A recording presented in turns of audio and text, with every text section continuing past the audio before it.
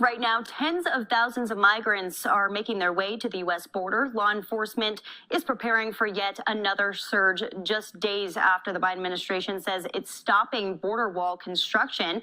Fox 6's Rebecca Castor joining us live right now from La Jolla, Texas, with how local police are reacting to this decision. Rebecca. Daytona, for months, Border Patrol and local authorities have been overwhelmed handling the migrant crisis. And now with little to no hope for a completed border wall, many say their jobs are only going to get harder. In an exclusive interview with La Jolla PD, we got a firsthand look at some of the challenges they're facing.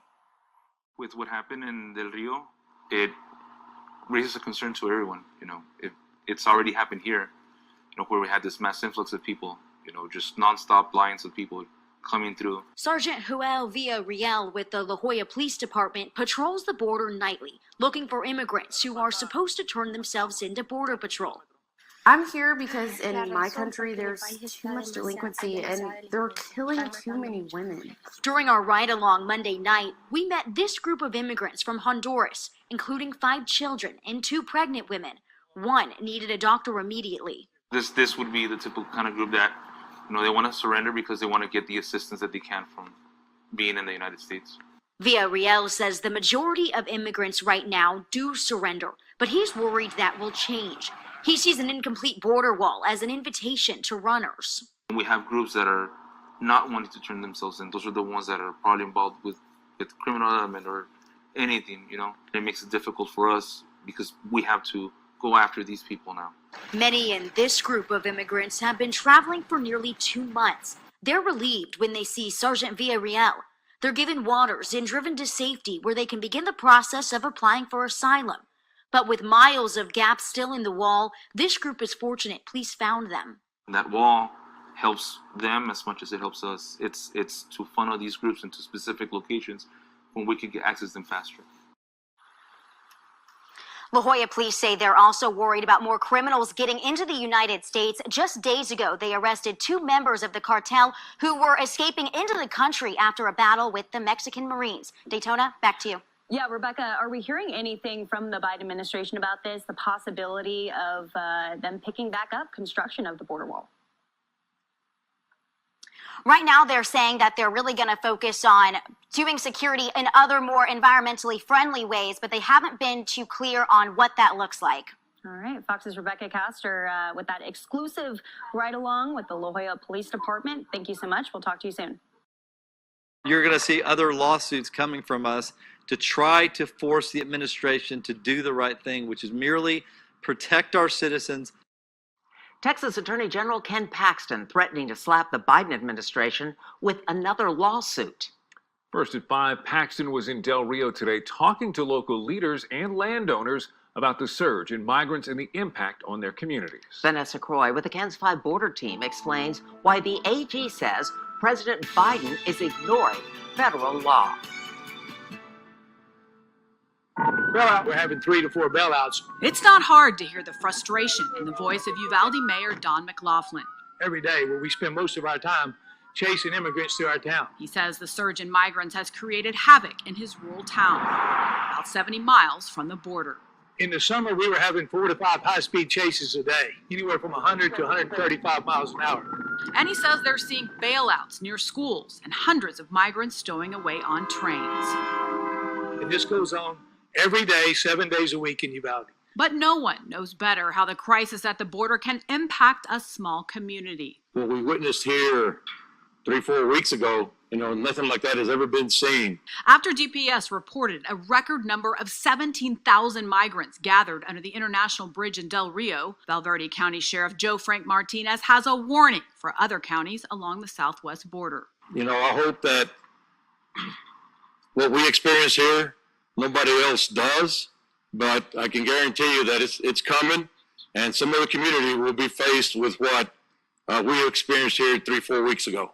So few people understand what people down here have to deal with, and I'm one of them. Texas Attorney General Ken Paxton was in Del Rio this afternoon, saying he's already filed 6 lawsuits against the current administration over border issues. We've been successful on those. We're still not getting action by them. Paxton says the feds are ignoring court orders. So today he had a new message for President Joe Biden. We're going to push towards getting some accountability, and you're going to see other lawsuits coming from us to try to force the administration to do the right thing, which is merely protect our citizens. It's unclear if the threat of more legal action will even reach the Biden administration.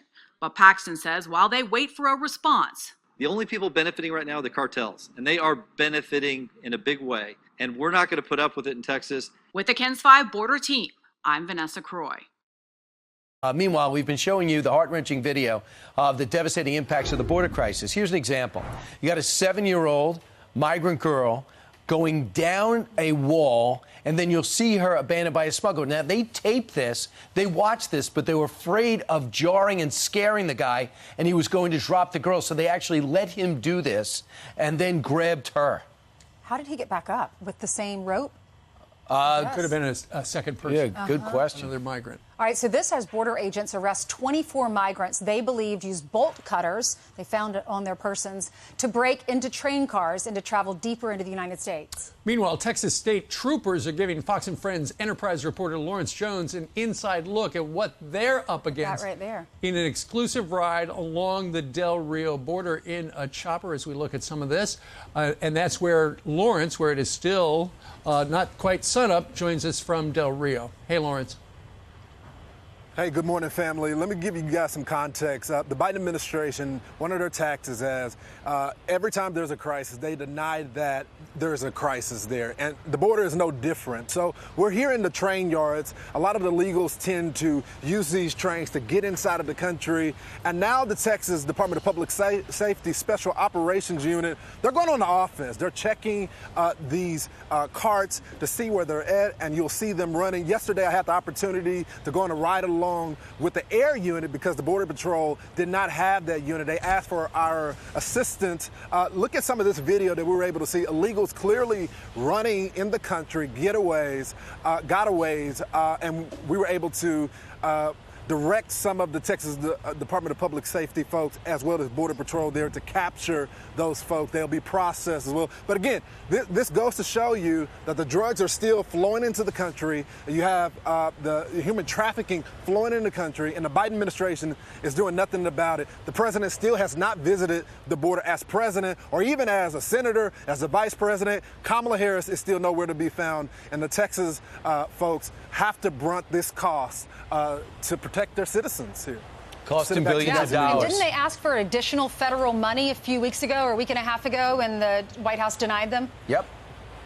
Not only did they deny them, but as these Texas Department of Public Safety officers are out here doing foot pursuits, they're trying to limit what they do. They're trying to say you have no right to do this. Meanwhile, they're instructing the Border Patrol not to do anything. So you don't want to protect us, and then we get our guys to do it, and you want to go through some legal channel? Does Texas not have the right to protect its border? I mean, just to be clear, guys, as I stated 3 weeks ago, the last defense of the country, the last defense of Texas is the Texas Department of Public Safety. And they're trying to clean up the mess as well as they can. Lawrence, thank you very much for going out there. Great reporting today. The U.S. ambassador to Mexico says both countries must work together to find a solution to the wave of migrants coming from Haiti. Ambassador Ken Salazar's address came just after Secretary of State Antony Blinken met with the president of Mexico. It is a very significant issue for both countries. It's a very significant issue for the Western Hemisphere. People who are fleeing their countries because of despair, the pandemic, which has created a lot of despair that we are seeing in different places. The U.S. is increasingly relying on Mexico to help stop the flow of migrants from Central America and Haiti to the border. Well, hundreds of undocumented immigrants continue to cross from Mexico into the U.S. in our region every single day. Now, sometimes those people are children and they're traveling alone. Tonight, Border Patrol agents in the El Centro sector tell us a 7-year-old girl from El Salvador was just found abandoned. Agents tell us that this video surveillance shows an alleged smuggler with the child on his back at the top of that 30-foot border fence. Then he lowers the child down onto U.S. soil and then takes back off into Mexico. Agents actually waited to move in, fearing that the smuggler might panic and drop the little girl. She was eventually picked up, processed, and like so many others now, is in the custody of the Department of Health and Human Services. It's never been closed. There's no, if it is, it would be people, I mean, kids are going back and forth to school, business people go back and forth to work. The trade's not there. They don't come, they're not able to come and shop, but they pretty much go, even the residences go back and forth. As far as the processing centers, that tells you right there that there's thousands and thousands coming in every day. And one of your main concerns is the non-vetting that is happening right now. You got people coming into the country without a proper vetting process. People think, so since Biden took office, their murders it's the highest rate in the last 40 years. And people question it, maybe it was to fund the police. The truth is that when a person comes into the United States, they're coming in from 151 countries.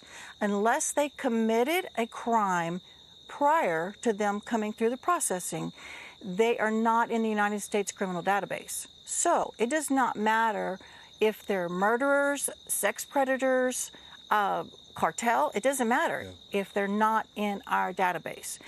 They're allowed in. We're paying murderers, we're giving $1,400 and paying them to live in the United States. Happening now, construction underway on a brand new Texas-built border wall. The first pictures shared hours ago by the governor on Twitter. Good evening. Thanks for joining us at 10. I'm Oscar Rodame. And I'm Christine Galvan. So let's get straight to those pictures.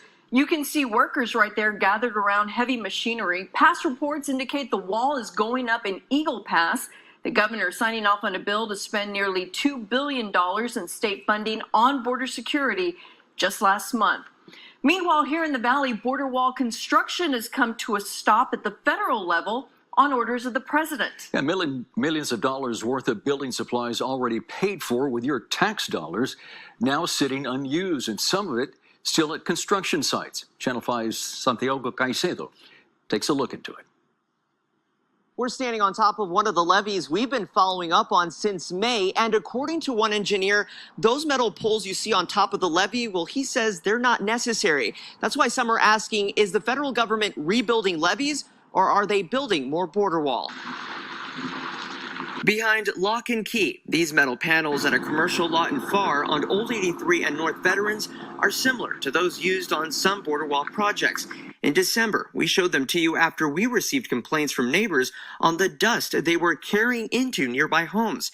The plates of metal bollards still sit there, even after DHS announced on Friday they canceled all border wall contracts in the Valley.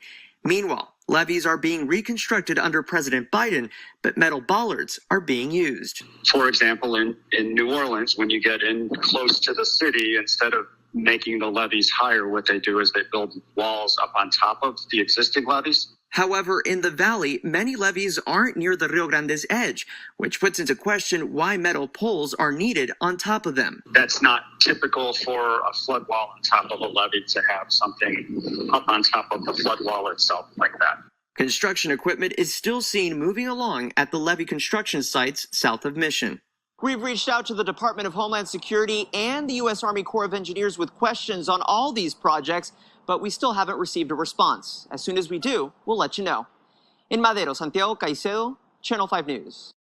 And welcome back. I'm Cheryl Casoni. The state of Texas working to fight off the surge of illegal immigrants at the southern border. Authorities now putting up fences to deter them from crossing as they find more spots to hide from agents. Maria Bartiromo has more on this effort from Del Rio, Texas. This bamboo, thick bamboo, is referred to as sugar cane or river cane. It grows all along the river. And it's a good place for the migrants to hide. They hide in this river cane until the coast is clear. When they see the coast is clear, they'll cross the road and oftentimes go right into private property. This fencing is being put up right now by the state of Texas. The state of Texas has to get the approval, the buy-in from the property owners that they want this fencing in front of their property. This fencing, the goal of the state of Texas is to do half a mile a day and then put barbed wire on top. Is it working? Do you think this is going to be a deterrent for people, or will they still figure out another way to go on people's property? It is a deterrent, and a perfect example of that is what took place in Del Rio when we were able to form a steel wall with our police cars. That was a deterrent. We were able to stem the surge of migrants that were coming across from Acuña, Mexico, which were the Haitians that were coming across. We were able to control that flow. A fencing is another tool for law enforcement. It's a very effective strategy in which we can divert the criminal elements or illegal immigrants to another portion along the border, and we can focus resources there so we either apprehend them or deter them from crossing further inland. That's the whole purpose behind the fencing right now. Reporting in the Yuma Sector, this wall, this is the border wall behind me. It's known as the Gap because of the gap of wide open. And we actually are constantly running into Nicaraguans and Haitian migrants in this sector, and we actually just approach these migrants that just crossed over from Nicaragua. Then here actually we have some Mexican nationals that crossed over, which is the first time that we've encountered Mexican nationals crossing into the United States. We're going to show you guys this, the Gap really quick.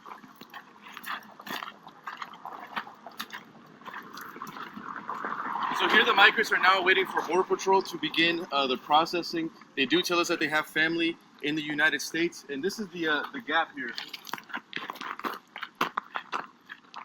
There's a gap here, and just a couple hundred feet down there, there's another gap of the border wall. This is where the migrants have come into. They'll actually cross right there, known as the Colorado River.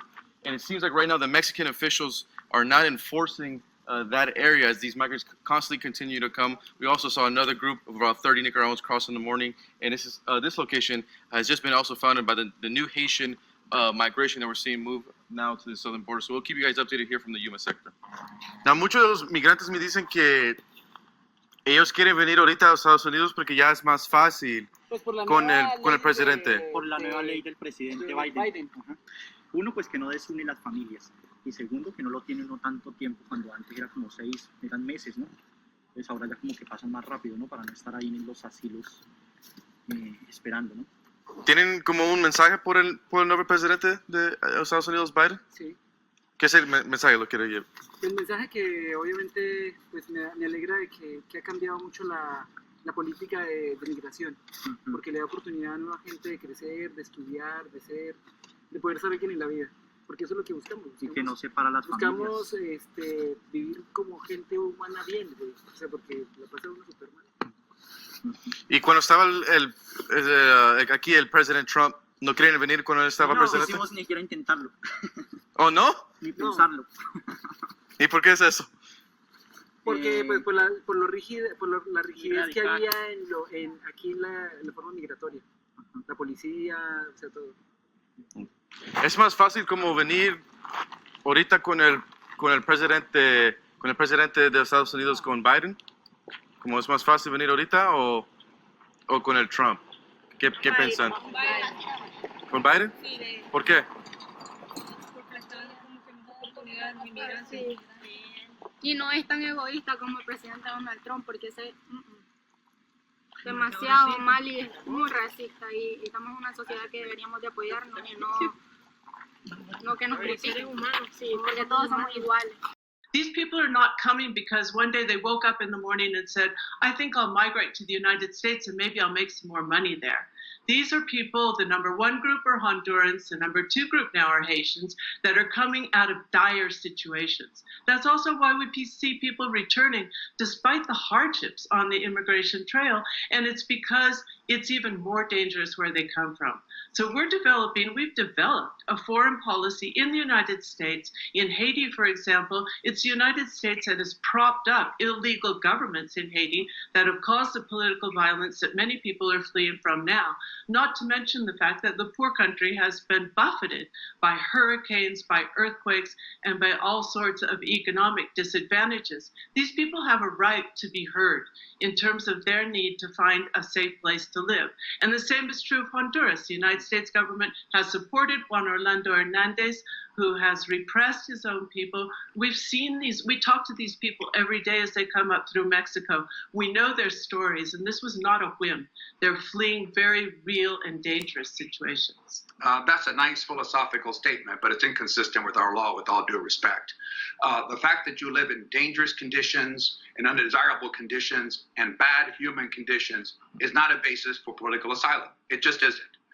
They're trying to make a new case. They're trying to fashion new ways to approach this, but that is exactly not the case. Again, that might be something proposed to change the laws of the United States, but they are not current laws of the United States. That's an important point to underscore.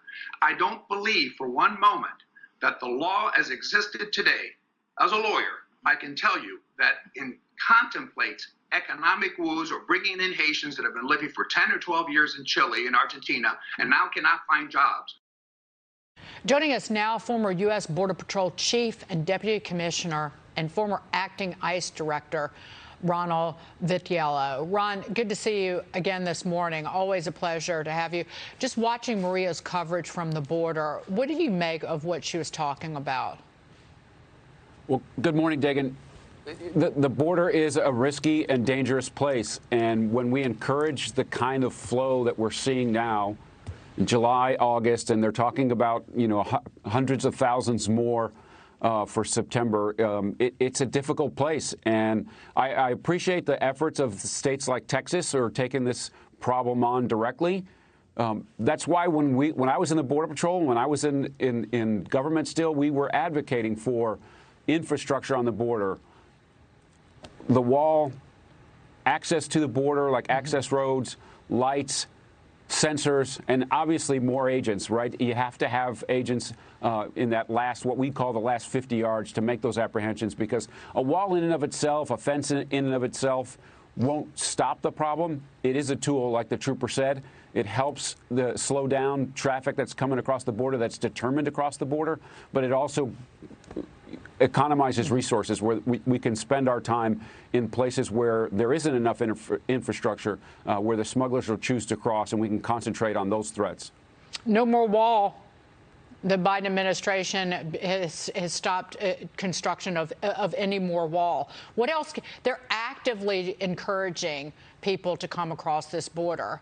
I said yesterday that if the Biden administration had done nothing on border security, done nothing on immigration, we would not have this catastrophe, this crisis, this disaster that's hurting Americans along the border, communities. People who abide by the law, immigrants who've done the right thing and come here legally. If the Biden administration had done nothing, we would not be suffering. Correct. Starting in January, they reversed the policies that ended the last surge on the border, namely the Remain in Mexico program. That was working in the sense that, people come here, they're incentivized to come here. There's jobs, there are terrible economies where they're from, there's violence in the places where they're from. But if the policy also encourages them in the sense that when they come, a brief stay with CBP and the Border Patrol and then released into the United States, that's going to encourage more people to come. That's what we've seen over the last 9 months. And really, there's no end in sight. If they don't go back to a policy in which people who are apprehended at the border remain in custody or remain in Mexico until they can have a fair immigration hearing and their due process under the law, we're just going to encourage more people to come. That's what we've seen. That's what we'll continue to see unless something changes. Ron, Texas Border Patrol agents stopped a human smuggling effort, arresting these 24 illegal immigrants in a town near Corpus Christi. Agents believe that the migrants used a train to travel deeper into the state.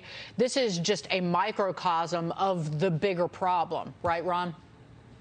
It is. When you have this chaos and all this volume at the Border Patrol agents are distracted doing care and comfort. They're overwhelmed with what we call the processing function, and that allows smugglers to put people in these dangerous conditions. And it's not just, the risks that agents take. It's not just the crime and the chaos that occurs in border communities, but the migrants themselves are at risk, being locked in train cars, being locked in the back of tractor trailers.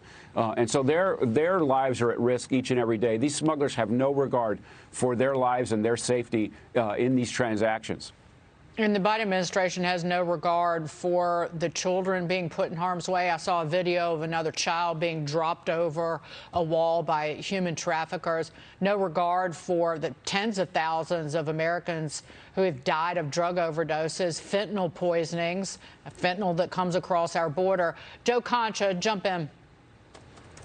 Sure. I'm curious how right now, Ronald, the investigation is going into Border Patrol agents who were falsely accused of whipping migrants, Haitian migrants at the border. Those agents were placed on administrative leave and were accused by the president publicly of doing something they did not do. Now, since this has all been debunked, and even the photographer that took the photo in question that went viral, that sparked all this outrage, even said, no, this has been completely misconstrued. Why are those agents still on leave? And why is this investigation taking so long when we knew weeks ago that this was BS? It makes you wonder. It's an unfortunate situation where you had the leadership, including the president, telling the American people that people were going to pay for what those agents were going to pay for what they did. And then we all saw the images. I watched that video many times. We all saw that nothing occurred as was described by the leadership, and saying that they were going to pay before any investigation was initiated. And then, you know, some timeline offered by the White House saying that it was going to be done within a week. Well, you know, a diligent investigation takes a lot longer than that. And it's unfortunate that they're on administrative leave because, according to what I saw in those videos, they didn't do anything wrong. They need our support. They don't need condemnation from the leadership of the department or the White House. And, Ron, I think you'd agree we don't need the vilification of border agents who are making incredible sacrifices to enforce the laws of the United States of America, who are working tirelessly to protect the children being put in harm's way by human traffickers. We don't need vilification that discourages people from doing this work, this incredible work. Final word. I agree with you. They need our support. We just went through. They suffered many COVID deaths at CBP and in the Border Patrol, and they were at work all this last year and a half. They weren't shut down. They didn't do their job by Zoom. They were all out there protecting us each and every day. They deserve our support, and having them, you know, put in this impossible situation where this unprecedented surge at the border, they don't deserve it. They deserve our praise, not our condemnation. You had the United States president lying about what happened with those agents on horseback, lying about it. That's where we are. Ron Vitello, good to see you. Ronald Vitello, always a pleasure, sir. Thank you so much for being here. An injured man left stranded is lucky to be alive after being rescued from the efforts of Border Patrol and the help of Arizona Air and Marine Operations. AMO and U.S. Border Patrol say the man is an undocumented individual who had been left behind by a group in the Mesquite Mountains. The man in distress was found after Yuma Air Branch EC-120 crew conducted an aerial patrol in the region of southwest Arizona. The man was rescued and transferred into the custody of Ajo Station Border Patrol agents. Supervisory Air and Marine Agent Isidro Linares says the man would have not survived without the rescue efforts of the Yuma Air Branch air crews and Tucson Sector Border Patrol partners. Migrants arrested as part of Operation Lone Star still held at an Edinburgh prison. A civil rights attorney says many haven't been given attorneys or charged with any crimes. Channel 5's Sunby Verma is outside the Segovia prison, where the attorney says many are being denied their constitutional rights. I'm standing in front of a prison where one attorney says civil rights are being violated. By law, the state has 15 to 30 days to charge someone by filing charges, but she says her clients have had to wait longer and some are still waiting. What we saw is about half of our clients were arrested in early August, being prosecuted by Kinney County officials, but they weren't actually appointed a lawyer until towards the middle or end of September. And on top of that, as of today, some of them still do not have formal charges filed against them. Jindal says they have 25 clients in the Segovia prison, many who came to the U.S. for economic reasons and many who have waited longer than the 15 to 30-day period and still haven't been charged. Most of our clients are very young, in their 20s and 30s. They're all men. Many of our clients that our organization represents are from Mexico. Her next step is filing for her client's release. For clients that have challenges as far as untimely filing of charges, we would file writs for their release. This is something that's happening both in Kinney and Valverde County. Migrants ultimately being released having not been charged. Jindal says all of the confusion is causing mental health issues in her clients. You could sense the concern. You could sense the hopelessness and the helplessness. The Hidalgo County District Attorney says we've received these migrants because Kinney County didn't have the capacity to hold them all. They were not arrested here in Hidalgo County. They're being transferred over from another county where they were arrested. And he says we're not paying for it since we're not directly involved. There's nothing costing us countywide as to these individuals being in custody here at Segovia. But Jindal says there's a bigger cost, our values. Constitutional rights violations are occurring in literally your backyard. We reached out to the Texas Department of Criminal Justice, and they said when it comes to charges, that's up to the individual counties where the individuals were arrested. We reached out to Kinney County, which is where a bulk of the migrants were arrested, and their DA turned down an interview. We're live in Edinburgh. Tanvi Verma, Channel 5 News. Hoya, Texas. What's going on with this story, Bill? Good morning. Bill, good morning to you. According to these federal documents we've obtained from a source, more than 70,000 illegal immigrants have been released into the United States in just the last 2 months alone. So let's show you these documents. Take a look at them. What you're looking at is a Border Patrol SITREP report, a recent one, kind of giving a snapshot of what's going on across all the sectors. Let's take a closer look. Take a look at these documents. According to this paperwork, just since August 6th, the Biden administration has released 31,977 immigrants into the country via parole. That gives them temporary legal status, also allows them to apply for work permits. Under federal law, parole is supposed to be on a very specific case-by-case basis only for urgent humanitarian reasons or significant public benefit. The documents also show, since August 6th, the administration has released 39,630 illegal immigrants into the country on their own recognizance. It's not done there. The documents also show, since March 20th, the administration has released 94,570 illegal immigrants into the country via NTRs. That stands for Notice to Report. That's basically when immigrants are told to please report to an ICE office within 60 days at a city of their choosing. That was what was happening in Del Rio with those Haitians under the bridge for the most part.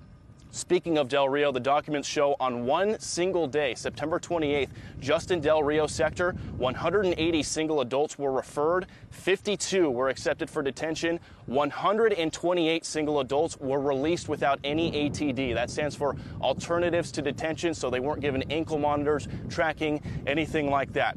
Take a look at this video of former Border Patrol Chief Rodney Scott. We brought these documents to him. He served under President Trump. He also served under President Biden until this summer. He told us he has serious concerns about the paroling, 32,000 paroles, because of how specific it's supposed to be, telling us in a statement, in part, quote, "I believe the administration is misusing parole authority. The sheer number of paroles being granted brings into question the review and approval process. As field chief, I don't believe I approved more than 5 to 10 paroles in a year. When I did, I ensured the alien was monitored continuously and was detained or removed as soon as circumstances allowed," end quote.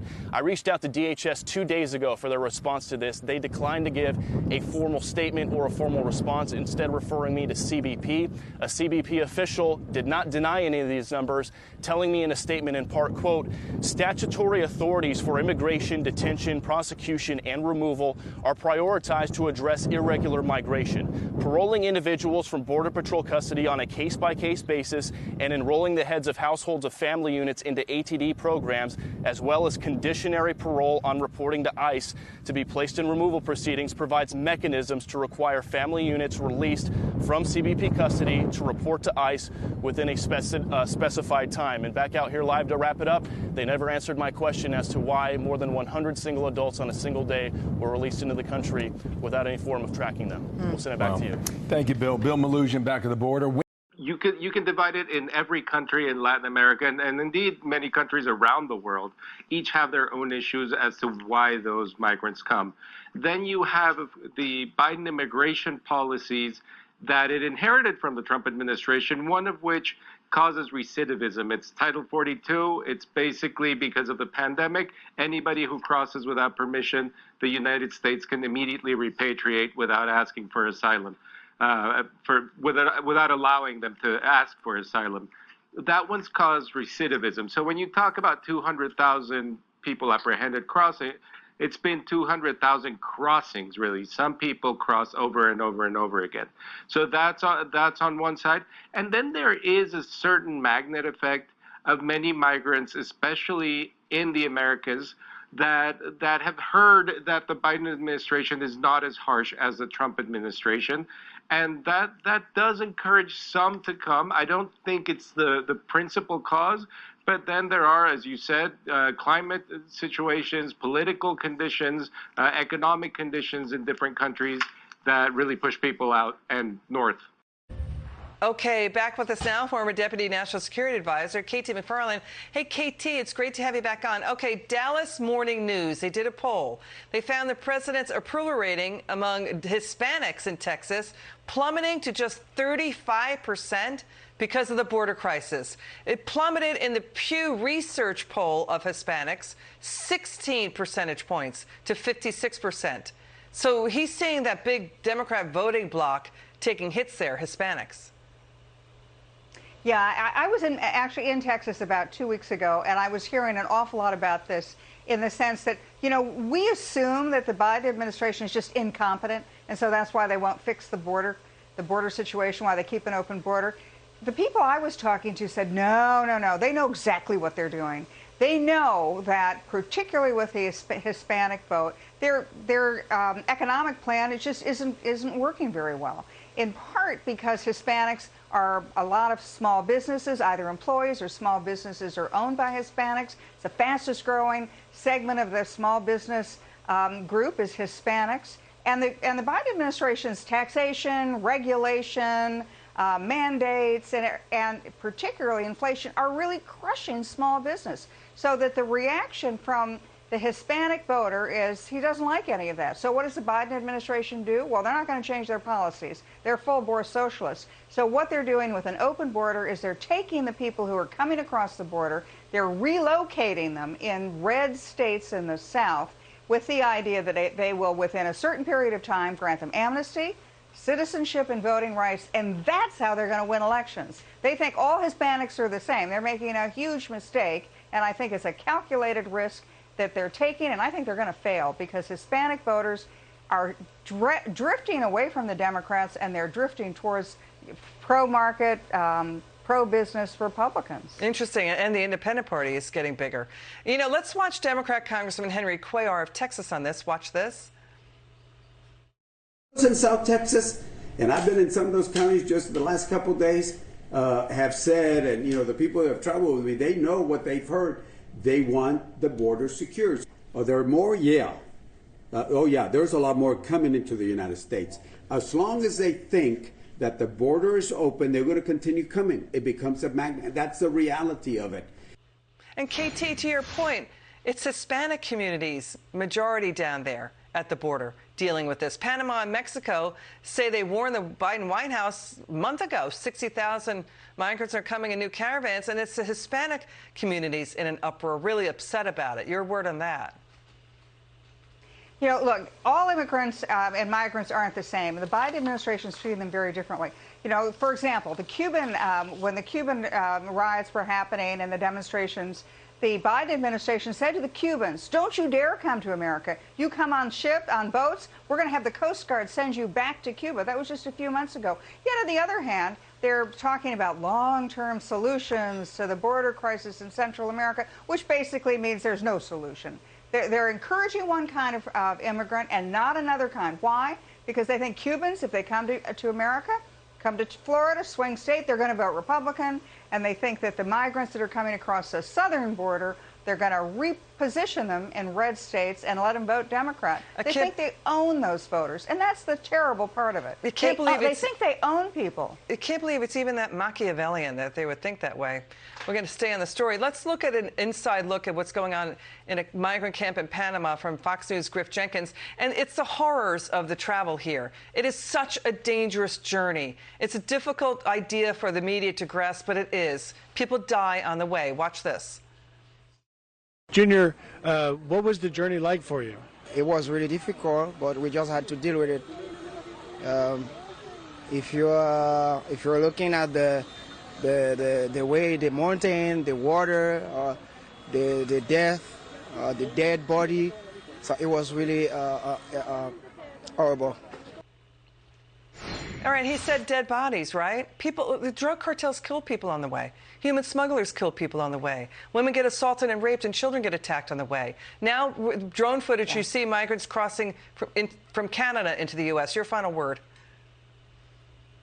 Look, the Biden administration is hand in glove with the cartels and the human smugglers. They're letting this happen. They're letting children be abandoned in the desert of our southern border, and now a new route is opening up in the north. I think it's the most cynical abuse of the voting rights of the United States citizen ever. Katy McFarland, it's great to have you back on. You're a terrific writer. We want you to write another book so we can read it. Crossing the border has always been a way of life for Kenya Escobar. Now in college and considered essential, that continues. I attend UTRGV and I cross every day.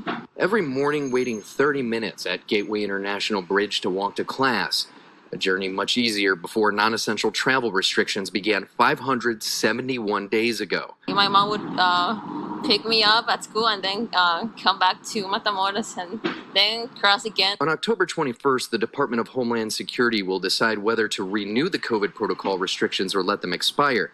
And officials are still waiting for good news. I have not heard any positive news that the ports of entry would be open to non-essential travelers. According to the U.S. Bureau of Transportation statistics, an average 45 million people crossed Valley ports of entry annually between 2012 and 2019.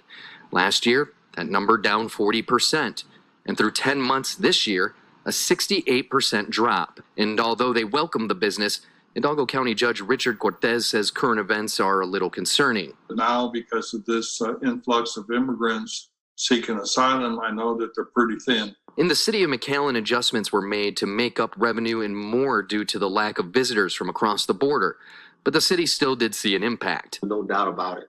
You know, all the way from California probably, but certainly from El Paso to Brownsville. City Manager Roy Rodriguez says they're prepared for an increase in travelers if the restrictions are dropped. One way, paying the federal government to provide overtime for customs agents to keep people moving. Something Rodriguez says the city always keeps in their back pocket. If we see the need that we don't have enough officers or enough lanes open, that's basically an automatic for us. Now, senior administration officials within the Biden administration are now telling us that we may find out as early as tomorrow what the next steps are going to be along land ports of entries along the southern border. Of course, we'll continue to follow that developing news, and we'll let you know first thing tomorrow as soon as we find out what the next steps are going forward. Until then, live in Brownsville, Rudy Mireles, Channel 5 News at 6. You know what? Let me address, though, the good point you were making about Kamala being sent to the border but not doing a doggone thing. I don't know, she didn't show up in the right place anyway. But then the President Biden now sending the rest of the team down to the border trying to figure it out. What's to figure out, Jesse? Exactly. What is to figure out? Trump had the answer. Any reasonable, common sense constitutional conservative has the answer, and that's you build the wall, you pay attention to what's going on at the border, and you go from there. What is so difficult about that? What am I missing? It's not difficult, and he's making it difficult, and that's the problem. And I think the fact that Hillary's popping up and saying, hey, America, I'm still here, signals that a lot of folks inside the Democrat Party know that Joe's going to be a one-termer. They know Kamala's plotting to be the nominee. No one thinks Kamala can win again in 2024. So Hillary's like saying, hey, no, I'm still here. Don't forget about me. I got more votes in the popular vote than Donald Trump. Hey, guys. Wouldn't surprise me. You know, I wouldn't bet against that at all, that Hillary jumps back in there. And remember what happened to Kamala during the primary. She didn't go anywhere. Yeah. You know, that even the Democrats within her own party, they weren't going to nominate her. They weren't elevating her into any kind of position. And, you know, I think she checked a lot of boxes for the need there on the ticket, and that's why she is there today. She sure did, and I think she should focus on solving problems here on Earth before she starts focusing on outer space. Thank you so much, Governor Palin. Always enjoy having you on. Joining us now is the author of Beyond Biden, Rebuilding the America We Love. That is an inspirational and optimistic title. It sounds great. Former Speaker of the House, Fox News contributor Newt Gingrich. Mr. Speaker, thank you very much for being here with me. I never thought... No, it's good to be with you. I never thought with that litany, very briefly, that I laid out here for everyone. Everyone's experienced it. This is not, you know, the average American knows about the food prices. They know about the gas prices. They know about the violence going on. We see it all around us. When you were Speaker, and you've had some terrific speeches, your approach was always an inspirational, optimistic a look forward. What do you make now as our problems continue to back up? Well, I have to start by saying that a friend of mine, Sue Roberts, just wrote us and said, I don't usually brag about going to expensive places, but I just left the gas station. And I thought that kind of captured. I had the same experience this morning. I filled up my truck, and it was like $64. It used to be $40. And that's the Biden inflation tax on all of us. So when he said he wouldn't tax anybody under $400,000, but just plain, it would be a lie if Biden had any idea what he was saying. But I'm increasingly convinced that the entire left lives in a fantasy world where none of these facts matter. And it's a very hard thing to explain to people. They're big government socialists. They know they can't be honest about it. So they invent all of these things. A good example is what's happening with the border. The problem is less and less Guatemala, Honduras, and El Salvador. The problem now is Haitians who fly from Port-au-Prince into Ecuador, come up through Colombia, cross the Darien Gap, and end up literally coming all the way up. It's Africans who are coming into Brazil and coming on up. The word is out around the planet. Joe Biden wants you to break the law. He wants you to come to the U.S. illegally. So people are going, hey, why not? I mean, if your choice is Port-au-Prince or New Orleans, there's no question which is the better life for you and your family. You know, and this is, I think, our goal. You see this on every front. It isn't our goal, of course. There's a reason why they're coming here, right? Because America is the greatest country on earth. But what these policies are doing is threatening that. Is the nation of people escaping these totalitarian frameworks where they want to live free and find their American dream is impossible at this point because of crime, because of the inflation you describe, the inability for people because of food inflation to get even the right food to their children. Doesn't this show us that the system itself, the bureaucracy, thinks that it's really running the country? Isn't this really showing us that a single American leader matters? That leadership at the top in the presidency, as we see the juxtaposition between Trump and Biden, that is what matters when it comes to leadership and what happens in this country? Well, I think it's the president, but I also think it's the Congress. I also think it's governors and state legislatures. You know, we are a remarkable country at allowing people to be engaged in self-government. And what you're seeing is an amazing split. You have California doing insanely stupid things, driving people out of California towards states that have rational government. The gap between the red states and the worst of the blue states is as though they were two totally different countries. The red states with Republican governors, Republican legislators, lower taxes, less regulation, favoring work, favoring job creation, they're going to go do great. They also have schools that actually work. These blue states, California, Chicago, Illinois, New York, they're disasters, and they're all going to get worse because their policies don't work, their ideology doesn't work, their union allies are destroying the system. And I think it's a real crisis of the American system, and whether or not we ultimately over the next 5 or 6 years eliminate this radical big government socialism, go back to a traditional American model where work matters, taxes ought to be low, you ought to be responsible for your own life. Yeah. And you saw it in Virginia when you had the Democrat candidate for governor say parents should not be involved in the schools. I mean, for Terry McAuliffe to say that in a debate tells you how deeply the unions want to own the schoolroom and your child, and how much they hate having parents be involved. Well, I think it also is a signifier of the contempt with which the Democrats now hold the average American. That this suggestion, even that parents do not have a say, are not the ones in control of their children, that this now is so common, at least within perhaps their conversations at cocktail parties, that it slips out at a debate because this is what they discuss with their friends, or even the Ralph Northam dynamic with post-birth abortion. These conversations that have shocked the conscience of the average American, radicalizing parents, as we've seen with the DOJ reaction to their involvement at school board meetings, the fact that parents are getting so uppity that they want to control what their children learn. Do you see this, what the DOJ, as an example, is doing in this reaction that McAuliffe comments? Is this the radicalization of parents that can take this country back and move us back into the traditional framework that has made us a country worth coming to? Oh, sure. I think when you realize, I think there's a poll out today that 58% of the American people regard the federal government as a threat to their freedom.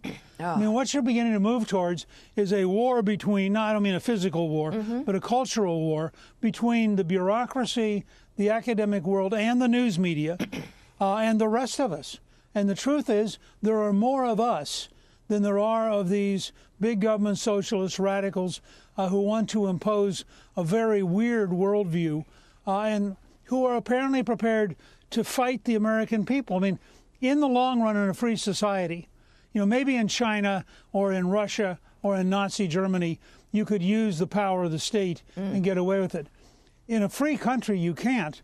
And the rebellion starting with the election in Virginia this year and extending, I think, into 22 and 24 is going to be astonishing. Yeah. And these radical Democrats, of which Terry McAuliffe, you look at his career. Yeah. He was once sort of a centrist. He now has to be a radical because otherwise he can't run as a Democrat. Boy, what a collapse of a legacy and of a history and of any kind of sense of what people thought was real, because, boy, we've certainly got a wake-up call. Newt Gingrich, great stuff. Great new book coming up. Thank you so much for coming up tonight. I appreciate it.